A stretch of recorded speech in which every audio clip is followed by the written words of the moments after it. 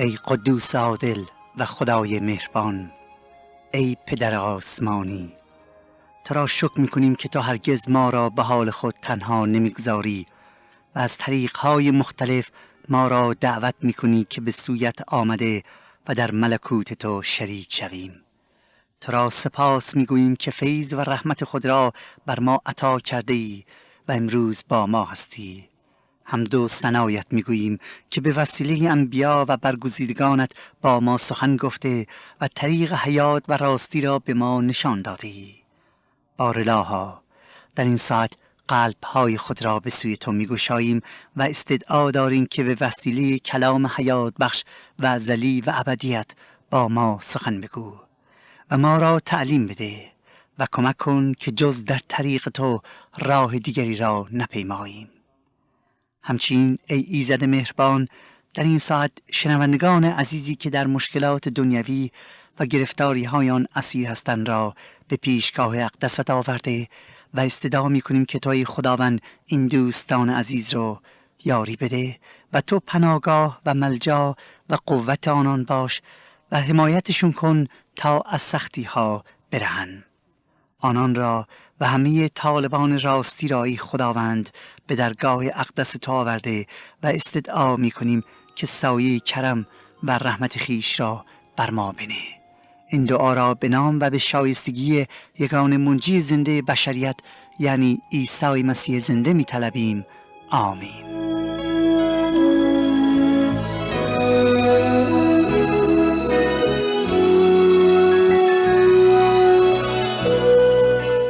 صدای انجیل تقدیم می‌کند مطالعه و بررسی رساله حضرت پولس رسول به فیلیپیان، 11مین بخش از انجیل مقدس.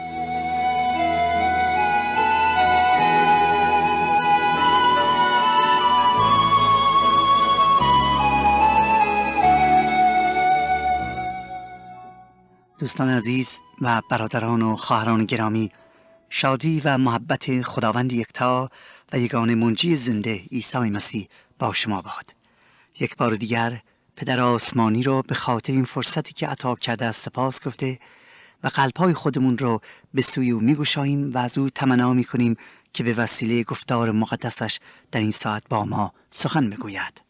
در ادامه مطالعه انجیل مقدس ازتون دعوت میکنم که اگر کلام خدا رو در اختیار دارید لطفاً اون رو به فصل 3 از رساله حضرت پولس رسول به فیلیپیان بگشایید تا آیات را با یکدیگر خوانده و از او تعلیم گرفته و فیض خداوند را نصیب خودمون کنیم و روش زندگی که شایسته و مقبول پسند خالق است رو دریافت کرده و از آن پیروی کنیم. اگر شما از حق جویانی هستید که هنوز انجیل مقدس رو در اختیار ندارید، منتها مایل به دریافت آن هستید، میتونید با ما مکاتبه کنید تا آن را براتون ارسال کنیم. آدرس در پایان وقت مجددا خدمتتون تکرار خواهیم کرد. پیام ما رو از رادیو صدای انجیل میشنوید.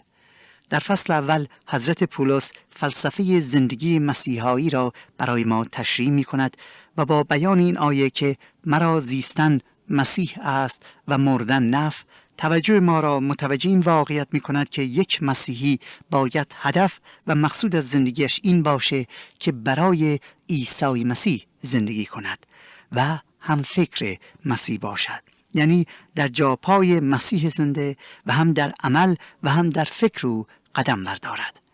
او یادآور می شود که چرا باید ما هدف و مقصودمون مسیح باشد، زیرا اولا مسیح ما را از بندگی و بردگی اهریمن آزاد ساخته، بنابراین مدیون او هستیم، زندگی ما به خاطر اوست و در ثانی به گناهانی که داشته ایم که به پیشگاهش آوردیم به خاطر گناهانمون جونش فدا کرده و ما را از گناهانمون آزاد کرده، گناهانمون رو بخشیده و در قبال آن ما بایستی حق خود رو ادا کنیم یا از او اطاعت نماییم و رابعاً او با فدا کردن جانش در راه ما به ما حیات جاودان بخشیده است.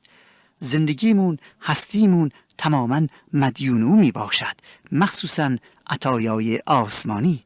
پس اگر هدف و مقصود او باشد، چیزی زیادی در راه او انجام نداده ایم. برعکس بدین وسیله خوشنودی و سعادت آسمانی را ضمانت کردیم و در حقیقت ابدیت خود را در سعادت آسمانی نهادیم، چون او اکنون در حضور خداست و هر کس که به او ایمان دارد هرگز خجل و شرمسار نخواهد شد. ما مسیحیان باید هم فکر مسیح باشیم. مسیحی واقعی کسی است که فکر مسیح رو دارد. در فصل دوم او زندگی و روش فکری یک مسیحی رو در عمل بیان می کند. می گوید نه فقط مقصود و هدف و فکر شما مسیح باشه، بلکه با داشتن صفات و خصلت مسیحایی ایمانتون رو عملاً آشکار کنید. دستورات عملی به ما می دهد و از ما انتظار دارد که چون هدف و مقصودمون با مردم دنیا فرق داره، بنابراین نحوه رفتار و اخلاق ما نیز باید با دیگران فرق داشته باشه که آیات را در این مورد براتون خواندم. حالا از فصل سوم حضرت پولس برای اینکه ارزش و عاقبت زندگی مسیحایی رو بیان کنه و بدین وسیله ما رو تشویق کنه که در زندگی مسیحایی عمرمون رو به سر بیاوریم، به گذشته خیش و زندگی همه کسانی که قبل از اینکه مسیحی بشن داشتند اشاره میکنه و یا از گذشته برای ما درس و پند میآورد. حالا دوستان عزیز از شما دعوت میکنم که به آیات و تفسیر آن توجه فرمایید. دعای اول فصل سوم از رساله حضرت پولس رسول به فیلیپیان اینطور آغاز می شود: خلاصه ای برادران من، در خداوند خوش باشید.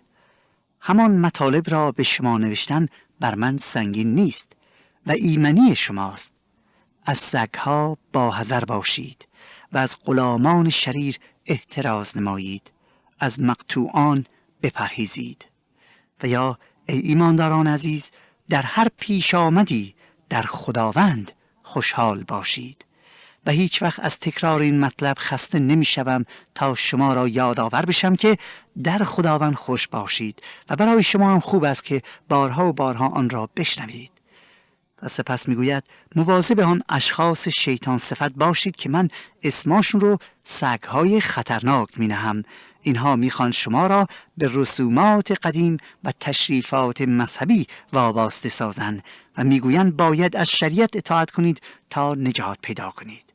دوستان عزیز، این آیات بسیار پرمعنیه و درک این آیات نیازمند دانستن اطلاعات و آشنا بودن با موقعیت ایمانداران و تفاوت بین مسیحیت و یهودیت می باشه که با کمک خدا در حین تفکر و تعمق کردن در معنی آیات به آن اشاره خواهیم کرد.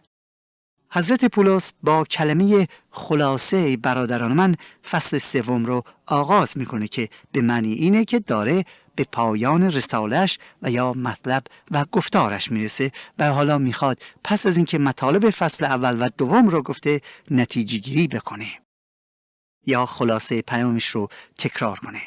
پیام نهایی پولس به این ایمانداران وفادار و صدیق اینه که شاد باشید و در خداوند شاد باشید، نه در مادیات، نه در ثروت، نه در لذات شهوانی، بلکه در خداوند شاد باشید. ولی قبل از اینکه این جملات را بیان کند به دو چیزی که این شادی رو از ایمانداران میرو باید و یا این شادی رو از قلب‌های ایمانداران میدزده اشاره میکنه و آن موقعیت زمانی و دوم موضوع رسومات مذهبی که در اینجا اشاره به مراسم ختنه شده است.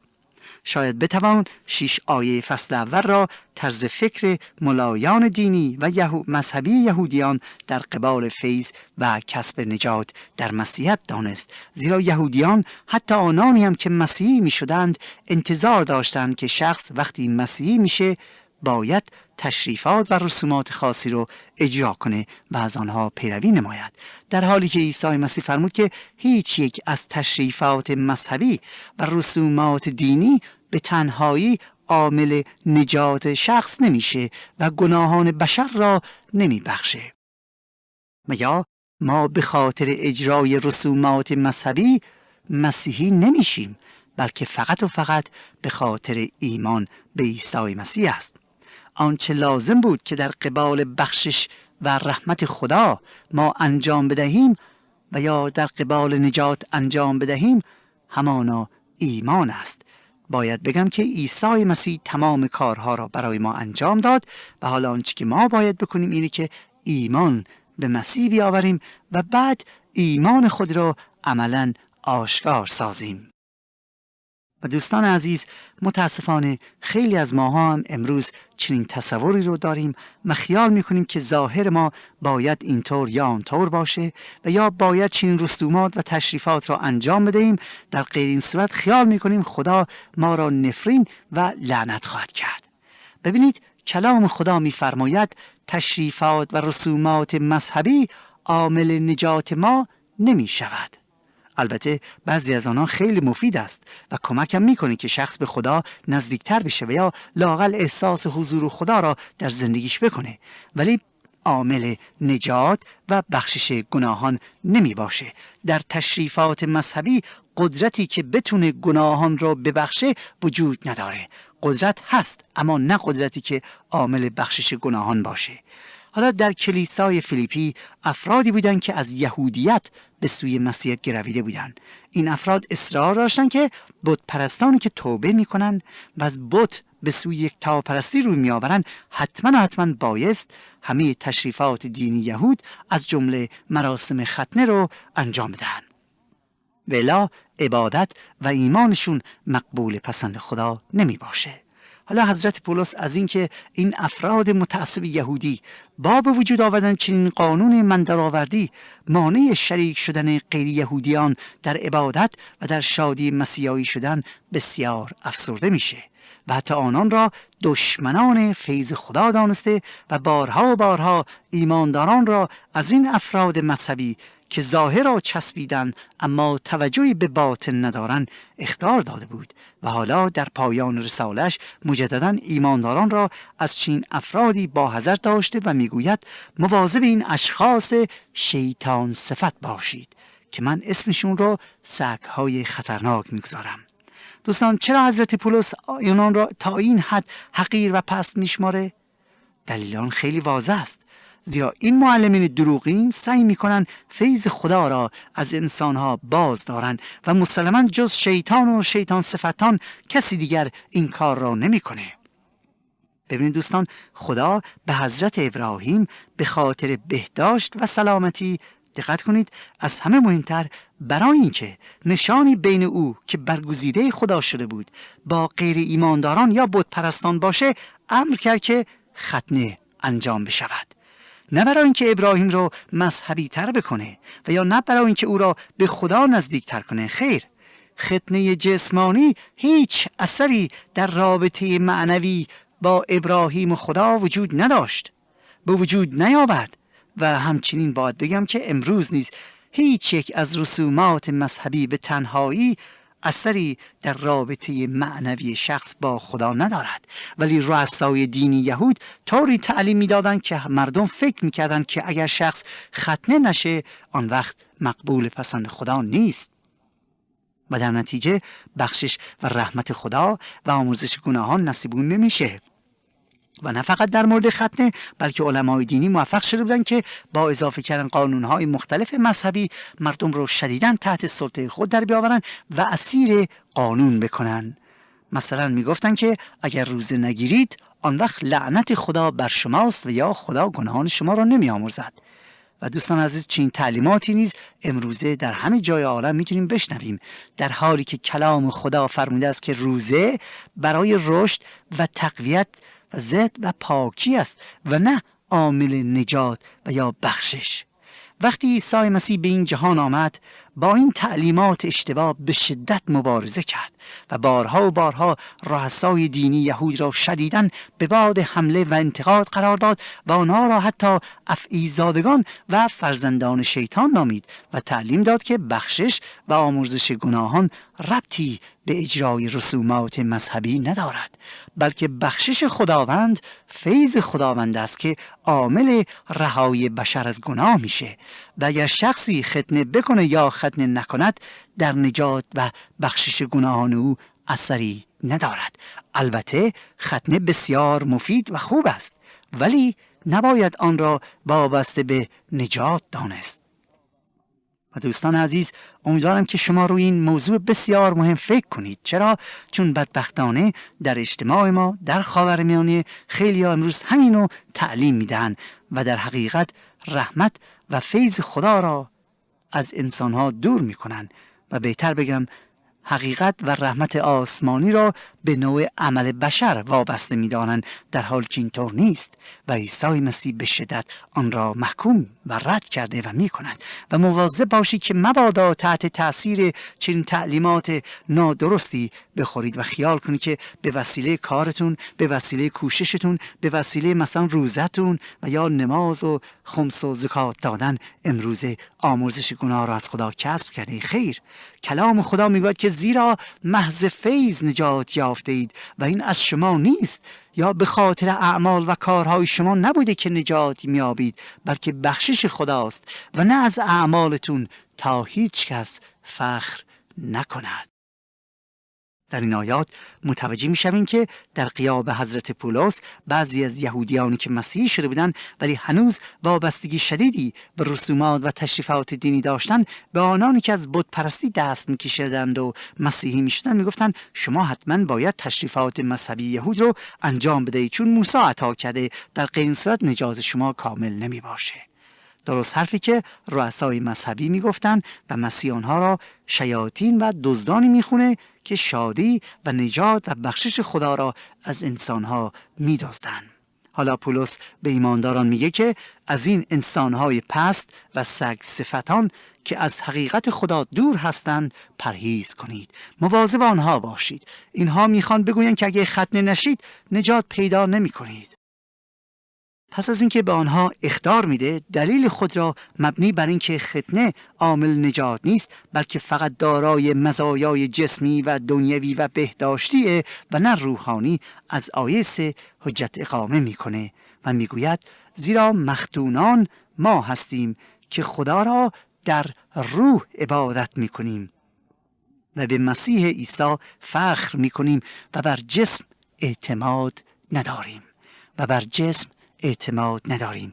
هرچند مرا در جسم نیز اعتماد است، اگر کسی دیگر گمان برد که در جسم اعتماد دارد، من بیشتر. و یا به زبان ساده تر پولس رسول در آیه 3 و 4 میگه ببینید با بریدن یک تیکه از پوست بدن ما نیست که ما مقبول پسند خدا میشویم و یا فرزندان خدا محسوب میشیم. خیر، به وسیله ختنه شدن نیست که خدا گناهان ما را میبخشه و ما را از رحمت و فیض خیش بهره‌مند میکنه. اگر اینطور بود هیچ انسانی در دنیا نمیخواد در طول عمرش خوب و درستکار باشه، در عوض صبر میکنه و در آخرین لحظه عمرش ختنه را به جا میآورد و آن وقت مطابق تعلیم یهودیان خدا او را میبخشید. حضرت پولس میگه که ما به وسیله رسومات مذهبی نجات پیدا نمیکنیم. بعضیا اصلا خیال میکنن که هر چقدر خود رو زخمی کنن، زنجیر بزنن و یا قمه بزنن، بیشتر مقبول خدا میشن.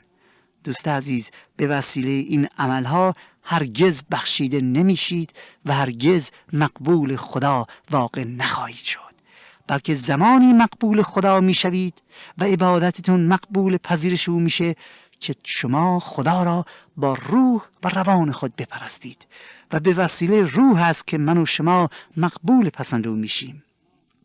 ما مسیحیان با آن فداکاری که عیسی مسیح در راه ما کرد، یعنی با فدا کردن جانش در راه گناهان ما، با تاوان دادن ما افتخار میکنیم و تصدیق میکنیم که هرگز قدرت نداریم خود را نجات بدهیم. و بعد پولس میگه خود من بیش از هر کسی دیگری دلیل کافی داشتم که میتونم خودم را نجات بدم. اگر دیگران فکر میکنن که به وسیله اطاعت از رسومات دینی میشه آمرزش رو به دست بیاورن، چون من بیشتر از همه اون وقت میتونستم، چون که از همه من مذهبی تر بودم و از هیچ کسی کمتر نبودم. و از آیه 5 دلیل خود را بر این ادعا ثابت میکنه و میگوید روز 8 من مختون شدم یا ختنه شدم و از قبیله اسرائیل از سبط بنیامین عبرانی هستم، از عبرانیان از جهت شریعت فریسی هستم و از حیث غیرت جفا کننده بر کلیسا بودم. از جهت عدالت شریعتی بی عیب بودم، اما وقتی که مسیحی شدم آنچه مرا سود می بود آن را به خاطر مسیح زیان دانستم. حضرت پولس میگه من از هر کسی دیگری یهودی تر و در مورد اعتماد داشتن به انجام رسومات و تشریفات دینی یهود غیرتی تر و معتقد تر بودم. چون در یک خانواده یهودی اصیل به دنیا آمدم، بسیار متدین بودم، از طایفه قدیمی بنیامین بودم و 8 روزه که بودم ختنه شدم. مطابق شریعت موسی به تمام معنا یک یهودی تمام عیار بودم. از این گذشته عضو فرقه فریسیان بودم که در مورد اطاعت از تک تک قوانین و رسومات یهود از همه سختگیرتر و مسئول حفاظت دین یهود بودم و من به قدری در دینم و اعتقادات مذهبیم و رسومات آن متعصب بودم که وقتی مسیحیت قیام کرد به ضد مسیحیت قیام کرده و مسیحیان را آزار و شکنجه دادم و تلاش کردم تا قانون و دستور دین یهود را مو به مو اجرا کنم. کسی مثل من به این شدت از قانون مذهبی پیروی نکرد. ولی وقتی مسیحی شدم، وقتی فهمیدم که فرق بین نجات و مسیحیت با یهودیت چه می باشه، از آن دور شدم. این چیزها که روزگاری برای من مهمترین و پرارزشترین بود، حالا همه را از خود دور کردم و دلیل آن اینه که بتونم تمام ایمان و امیدم را به مسیح ببندم. ولی هر چیزی دیگر را که با نعمت شناختن عیسی مسیح خداوندم مقایسه می کنم، می بینم بی ارزشه. من همه را کنار گذاشتم چون برای من پیشیزی ارزش نداره تا اینکه مسیح رو داشته باشم. دوستان عزیز، حضرت پولس زمانی خود از متعصب‌ترین یهودی عالم محسوب می‌شد. رهبر دین بود. آنقدر در انجام دادن قانون‌های مذهبی و اسرار و یهودیت پیش رفته بود و پافشاری می‌کرد که مو را از ماست می‌کشید. و هر که در انجام رسومات دینی کوچکترین کوتاهی می‌کرد، کارش با افرادی مثل پولس بود. مثل بعضی‌ها در مذاهب و فرقه‌های دینی مختلف که چنین حالتی دارند. ولی وقتی عیسی مسیح به این یهودی متعصب ظاهر میشه و به او آشکار میکنه که رسومات مذهبی مفیدن ولی عامل رستگاری نیستن، دنیای او عوض میشه.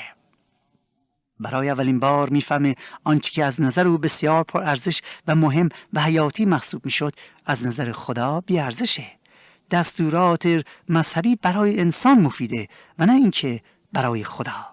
آنچه که خیال میکرد سبب گمراهی انسان میشد، اکنون عامل حیات و نجات شده. پولس رسول به وسیله ایمان آوردن به مسیح نجات پیدا کرد و گناهانش بخشیده شد. پولس رسول به خاطر فیض خدا در مسیح از تعصب و رسومات مذهبی آزاد شده بود و رسول خدا شد. و دوست عزیز، من و شما در برابر خدا هیچ هستیم. من و شما در اعمالمون، در افکارمون هیچ چیزی که شایسته تقدیم به درگاه خداوند عادل و پاک باشه نداریم. من و شما در حضور خدا آغشته و آلوده به گناه هستیم. نجاست فکری داریم، نجاست اعمال داریم، وجودمان آلوده به گناه است. و دوست عزیز، وقتی که این طور باشیم، هیچ یک از اعمالمون ولو اینکه اعمال مذهبی باشد پاک و مقدس نمی باشد. خدا ما را آلوده به گناه می بیند و اگر من و شما در فیض خدا قرار نگیریم، ممکن نیست که بتوانیم نجات پیدا کنیم. دل خودمون را به اعمال و افکار پوچ دنیوی نباید خوش کنیم. البته شاید نسبت به معیار بشری خوب و پاک باشیم، ولی از دیدگاه خدا دوستان عزیز، همه ما آغشته به گناهیم. حضرت پولس متوجه این واقعیت شده بود. برای همین است که رو به آنانی که تعصبات مذهبی دارن کرده و میگوید آنانی که تعلیم میدن که شریعت و رسومات دینی عامل نجات هستند، آنها سگها و شیطان صفتانی هستند که میخواهند حقایق و فیض خدا را از انسانها دور کنند و چون خودشون متوجه حقیقت نیستند، نمیخوان که دیگران طرز دیگری رو فکر بکنن و یا راه دیگری رو طی کنن. افراد شهر فیلیپی با این جملات پرمعنی آشنا بودند، زیرا یهودیان متعصب غیر یهودیان را که خدا پرست نبودند سگ می‌خواندند، ولی حالا پولس متعصبین را سگ‌ها می‌خواند و در جای دیگر میگوید این سگ‌ها با پارس کردن‌هاشون تعلیمات دروغین را به خورد مردم میدن. پولس با آنها یادآور میشه آنان که خیال میکنن به وسیله فیض خدا به اضافه اعمال مذهبی میشه نجات پیدا کرد و رستگار بشند، باید بدانند که اعمال نیکشون در حضور خدا هیچ میباشد و یادآور می شود که انسان‌های مذهبی معمولاً به آنچه که انجام دادن افتخار کرده و آن را به رخ مردم میکشن، ولی یک مسیحی واقعی هیچ وقت نمیتونه به کارهاش افتخار کنه و یا پوز بده که بله من مسیحی خوبی هستم، ببین که چه کارهایی کردم. خیر، بلکه فقط میتونه به مسیح افتخار کنه و اشاره به کار مسیح بکنه، زیرا هر چه داریم و هر چه هستیم از منجی خود داریم و به خاطر اوست که نجات پیدا کردیم، به خاطر اوست که خدا را میشناسیم، به خاطر اوست که رستگار شدیم، به خاطر اوست که پاک و عادل و درستکار و صادق و پرمحبت هستیم، به خاطر اوست که خداوند به ما توانایی انجام و قدرت داده است تا بتونیم کارها و خدمتی که به ما عطا کرده است را انجام بدهیم. دوستان عزیز، من و شما اول باید ایمان بیاوریم، بخشیده بشیم. آن وقتی که قلبمون پاک باشه، فکرمون پاک باشه، وقتی که تولد تازه داریم، اعمال مذهبی رو انجام میدیم، نه به خاطر اینکه قلب ما را پاک کنه، بلکه چون که قلبمون پاک است، چون که نیتمون پاک شده است، اعمال نیکو انجام میدهیم. راستی رستگاری شمای عزیزان بر چه چیزی استوار است؟ آیا دلت به رسومات و اجرای تشریفات مذهبی خوشه؟ خداوند میگه که هیچ بشری به وسیله اعمال خیش رستگار نمی شود. تنها راه رستگاری ایمان است، ایمان به عیسی مسیح. اگر ایمان بیاوری، آن وقت است که اعمال نیکو میتونی انجام بدی که خوشنودی خدا را فراهم میسازد. خدا کند که درباره این حقیقت بسیار مهم که فرق بین مسیحیت و سایر مذاهب عالم را نیز آشکار می کند تفکر و تعمق کنید. من برادر شما کشیش رضا مسعودی، تا برنامه دیگر و روز دیگر، خدا یکتا یارتون باد. آنچه شنیدید برنامه‌ای بود از رادیو صدای انجیل.